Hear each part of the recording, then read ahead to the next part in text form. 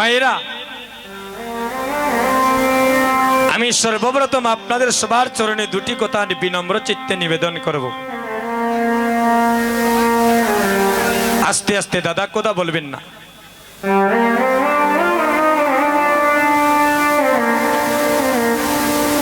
এই কলির যুগে দুটি অপরাধের কমা নাই। এই যুগটার নাম কি?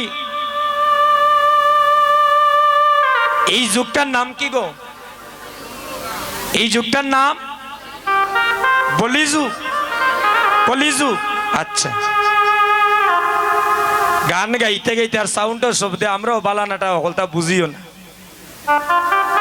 প্রত্যেকটা দিন কীর্তন মা, একটা দিন বিরাম নেই আপনাদের আশীর্বাদে।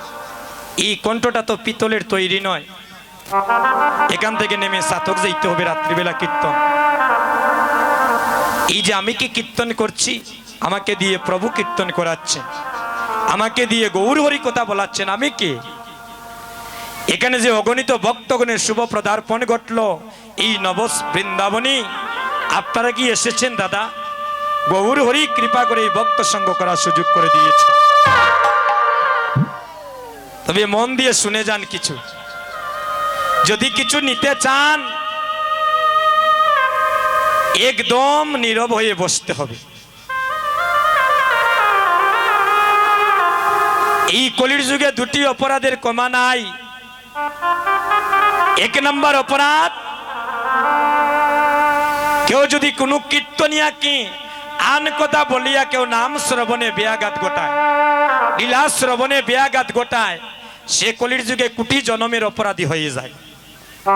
এক নম্বর। আর দুই নম্বর,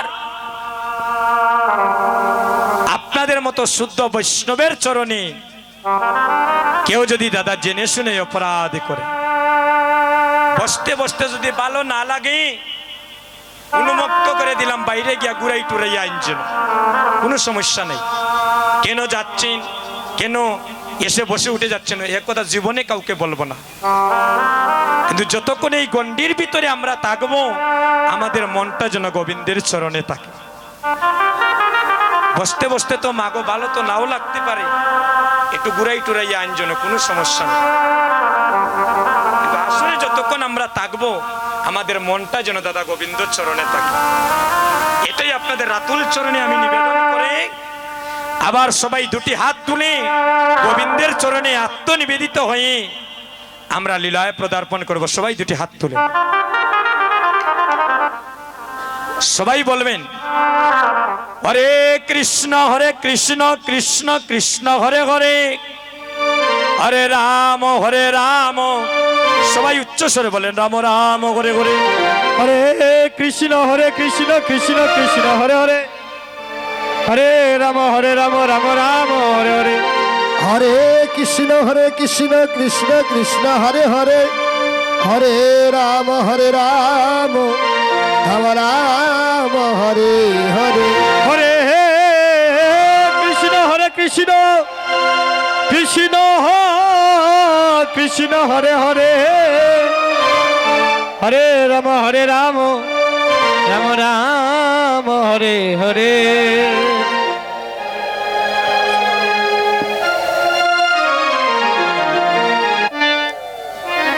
জয় জয় মহাপ্রভু কি।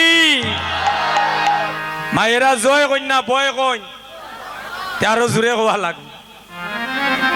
জয় জয় মহাপ্রভু কি, আরো জোরে হওয়া লাগবে। গতকালকে আমরা মহাপ্রভুর বাড়ির পাশে কীর্তনে ছিলাম, ঢাকা দক্ষিণ, যেন ভূমিকম্পের সৃষ্টি হয়েছিল। আপনারা তো গৌর দেশের মানুষ নাকি?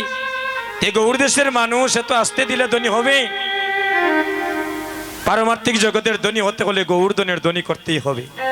জয় জয় মহাপ্রভু কি, জয় জয় মহাপ্রভু কি, জয় জয় মহাপ্রভু কি।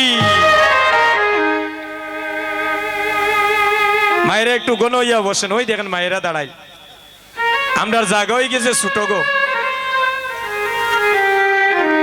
ওইদিকে একটু সরলে মনে হয় মা ভালো হবে। একটু সরই নিয়ে দিকে, কেউ কথা বলবেন না, নাড়াচাড়া গিয়া যেন আবার বিপদ না আনি। হরিবল। তো সুধীজন,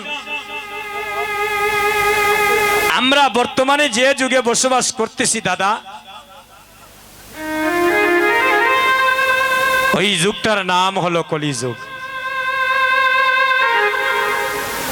কলি অর্থ হচ্ছে ফুল ফুল হত্যা করিতে পারি, আমাদের ধীরে ধীরে কথা দেখবেন নববৃন্দাবন হয়ে যাবে। খালি জন্ম দিয়ে সন্তান মা বলে গর্ব করবেন না, আর জন্ম দিলে খালি বাবা হয়ে গর্ববোধ করবেন না। এই জগতে মা হওয়ার যেমন প্রয়োজন আছে, একজন পিতারও বাবা হওয়ার অধিকার আছে। শাস্ত্রে বলছি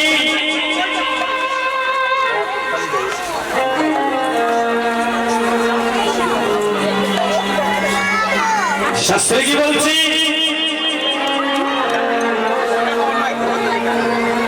মানুষ কুলে জন্ম নিয়ে মানুষই বলি করি না তারি, মানুষ কইজনে হইতে পারে, আরে মানুষ পশু যাই করছে না, তার স্বভাব কর্ম অনুসারে। এগিয়ে মানুষ এসেছিল সোনার নদিয়া শান্তিপুরে, আর সেই মানুষের গুণের করে কত মানুষ যায় উদ্ধার হয়ে।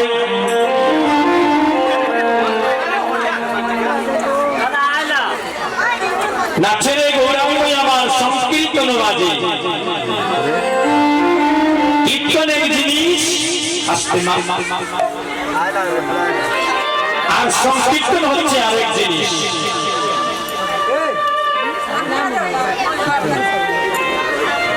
মায়েদের বাড়িতে পঞ্চতত্ত্বের দেবতার ফটো আছে, তাদের বাড়িতে আছে দেখি হাতটা তুলে, অনেকের বাড়িতে নাই। পঞ্চতত্ত্বের ফটো আছে, আচ্ছা এই পঞ্চতত্ত্বের মধ্যে কয়জন দেবতা মা?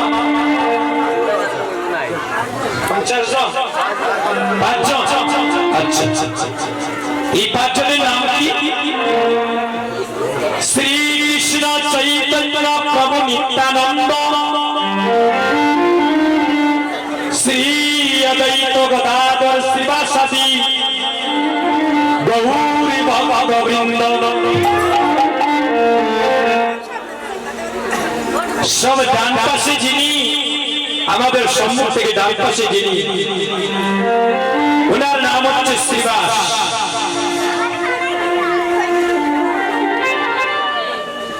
London, Canada, France, Sweden, Italy, Germany, বিশ্ব ব্রহ্মাণ্ডের যত স্থানে হরিনাম সংকীর্তন হয়, সেই আঙিনার মালিক থাকেন শ্রীবাস। আপনারাই তো বলে যেখানে হয় প্রভুর নাম সংকীর্তন, সেই অঙ্গনটার নামই হয়ে যায় শ্রীবাস সংঘ। আমি মিথ্যা বলছি না, এই শ্রীবাস প্রভুর বাড়ি বই আমাদের বিয়ানীবাজার পণ্ডিত পাড়া।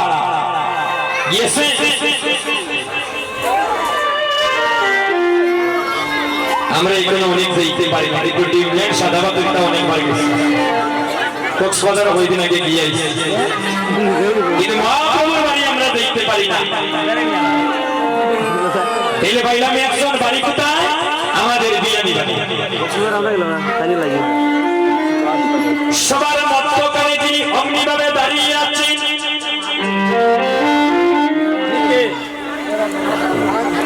ঈশ্বর পরম কৃষ্ণ সচ্চিদানন্দ বিগ্রহ, অনাদির আদি গোবিন্দ যিনি সর্বপরমের কারণ। এই যে আমরা নাক দিয়ে গো নাসিকা দিয়ে নিঃশ্বাস প্রশ্বাস নিচ্ছি, তা কেন আছে? আরে তো অসুবিধা লাগে না, হ্যাঁ? আবার উপরে চলতেছে সবার মানবে গাড়ি, ওই দেহ গাড়ির ভিতরে লাগে না রে ভাই তেল, মোবিল, ডিজেল। আর এই জগতে আমরা মানুষ সবাই হইলাম 2 চাকার সাইকেল। জাগতিক জগতের গাড়ি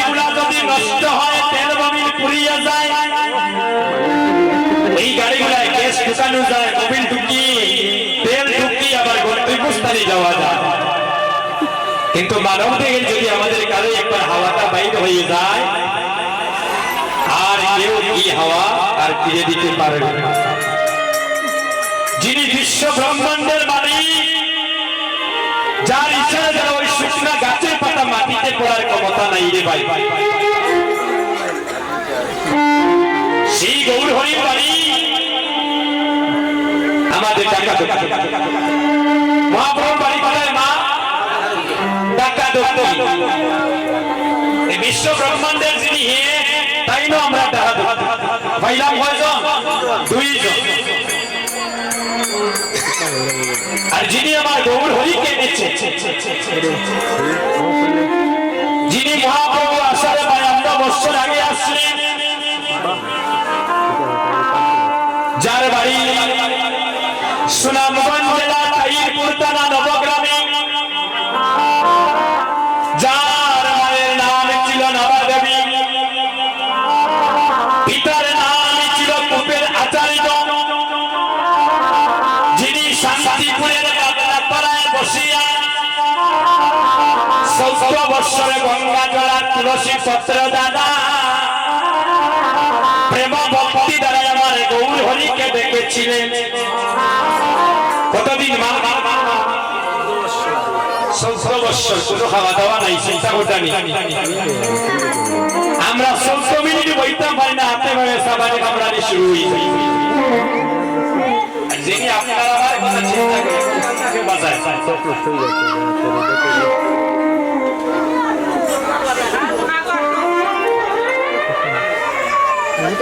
এই গৌর হরিকে এনেছিলেন আমার মহাবিষ্ণুদর্শী অদ্বৈত চন্দ্র,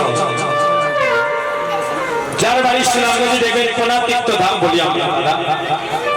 এই 3 দিন আগামীকালকে পরের দিনে অদ্বৈত প্রভুর বাড়িতে আমার কীর্তন, কালকে তো সুনামগঞ্জ, এর পরের দিন আবার ওই প্রভুর বাড়িতে আমার কীর্তন। দেখবেন ওই শুভ দিনে লক্ষ লক্ষ মানুষ দাদা সেই পুণ্য দামে স্নান করিতে যান। কেন? ওই নদীটার নাম কি? ওই নদীটার নাম হচ্ছে জাদুকাটা নদী। ওই নদীতে ওই শুভ দিনে স্নান করলে কি হয়? আমরা মনে করি আমাদের দেহের পাপ বলে একটু ক্ষয় হয়, দেহটা পবিত্র হয়। সমস্ত তীর্থকে এখানে আহ্বান করে এনেছিলেন, সেটার অনেক কথা, এগুলো আমরা নাম যোগ্য মাহাত্মে আলোচনা করি। এই আলোচনা করলে লীলা করলাম, লীলা যে লীলা দিয়েছেন ওই লীলা কীর্তন করার সময় থাকবেন। যে গৌর হরি কত কৃপার সাগর দেখেন আমাদের বাংলাদেশে, আমাদের আমি গত বছর ভারতে অনেক কীর্তন করেছি আপনাদের আশীর্বাদে। তো একটা আশা ছিল আমার ভারতের বৃন্দাবনে রাধাকুণ্ডে, যেখানে প্রতিদিন লক্ষ লক্ষ মানুষ যায়। এই রাধাকুণ্ডে আমি স্নান করি। যেদিন আমি রাধাকুণ্ডে একটু ভক্তসঙ্গ করার জন্য কীর্তনে পদার্পণ করলাম, আসলে কত ভক্ত দেখে আমি ভয় পেয়ে লক্ষ লক্ষ মা বিশ্বাস কীর্তন থেকে দেখুন আমরা। এমন সময় আমার ওই মায়ের মতো একজন মা ওই বয়সে এত মানুষকে পেলে আমার কাছে আসেন, বাবা এই অল্প বয়সে এত সুন্দর কীর্তন করলে তোমার বাড়ি বই? আমি বললাম আমার বাড়ি বাংলাদেশের শ্রীহট্টি, সিলেটে। যখনই বলছি বাংলাদেশে আমার বাড়ি সিলেটে, ওই রাধাকুণ্ডের মা আমাকে প্রণাম করার জন্য মাটিতে লুকিয়ে পড়ল। আমি ওই মায়ের চরণে প্রণাম করে বললাম, আপনি আমার মায়ের মতো, আপনার চরণে আমি প্রণাম করবো, আপনি কেন আমাকে প্রণাম করছেন? বলি বাবানি এত সুন্দর কীর্তন করো,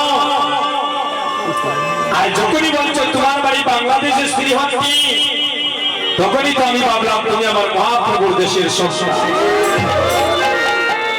তুমি আমার শ্রীবাসের দেশের মানুষ, তুমি আমার অদ্বৈত প্রভুর দেশের মানুষ। ওই দেশে যদি ভক্তকে আমি প্রণাম করি, মনে হবে সাক্ষাৎ আমার গৌর হরিকে প্রণাম করা হয়ে যাবে। সেই দেশের ভক্তের যদি বদন দর্শনী করি, মনে হয় আমার মহাপ্রভুকে আমাকে দর্শনে করা হয়ে যায়, তখন ওই মা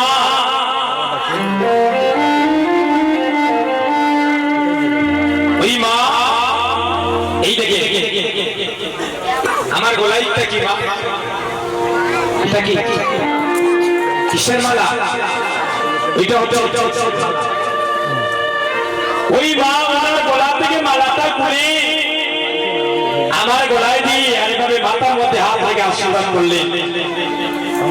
এই মালাটা আমার দিলাম, বাবা তোমাকে করিও, আর প্রাণ ভরে আশীর্বাদ করো, আমি তো তোমার মায়ের মতো, তুমি যেন চিরদিন এভাবে যতদিন জগতে থাকবি, তুমি যেন দেশে বিদেশে মহাপ্রভুর নাম প্রচার করি। ওরা তো যায় না, এই মায়ের আশীর্বাদ কদমের উপরে তো লেগে যেতে পারে। কারণ মানুষ যদি মানুষকে আশীর্বাদ করে, মানুষ গাছতলা থেকে দশতলায় উঠে যায়, আর মানুষ যদি কষ্ট পেয়ে মানুষকে অভিশাপ দেয়, এই অল্প বয়সে কীর্তন জগতে দেখেছে কত মানুষ দশতলা ভেঙে গাছতলায় পড়ে গিয়েছে। মানুষের নাম বড় নয়, মানুষের কর্ম বড়। স্বামী বিবেকানন্দ একটি কথা বলেছিলেন, জীবে প্রেম করে যেই জনে সেই জনে সেবিতে ঈশ্বর। কোথায় মানুষের মাঝে স্বর্গ নরকে মানুষেতে সুরাসুর। মানুষ বলে জন্ম নিলে মানুষ বলি কই না পারে, মানুষ কইজন হইতে পারে, আর মানুষ পশু যায় করছে না তার স্বভাব কর্ম অনুসারে। এক যে মানুষ এসেছিল সোনার নদিয়া শান্তিপুরে, আর সেই মানুষের গুণের তরে কত মানুষ যায় উদ্ধার হয়ে। যে গৌরীদাস রাক্ষসকুলে জন্ম নিয়ে আমার ভগবানকে লাভ করলো, আর আমরা এত সুন্দর দেহ পাইয়া একবার গৌর মনির সাথে মন মনে আমরা সম্পর্ক তৈরি করতে পারি।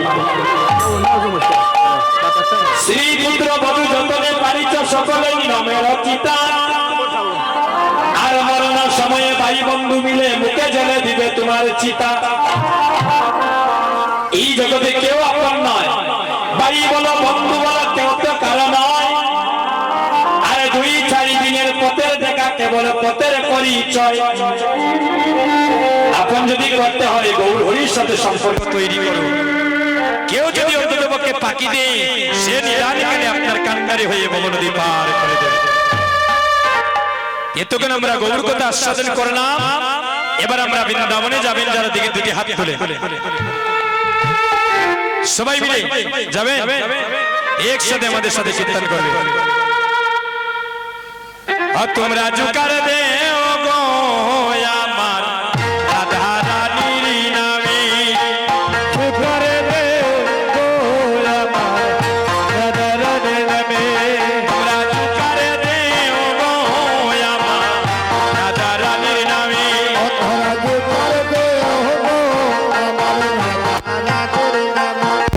এগো রাধা রানীর নামে আমার প্রাণ গোবিন্দের নামে, রাধা রানীর নামে আমার প্রাণ গোবিন্দের নামে। মায়েদের হাতে কি সাউন্ড নাই? একটু প্রাণ করে মা, সবাই যদি হাত তুলি।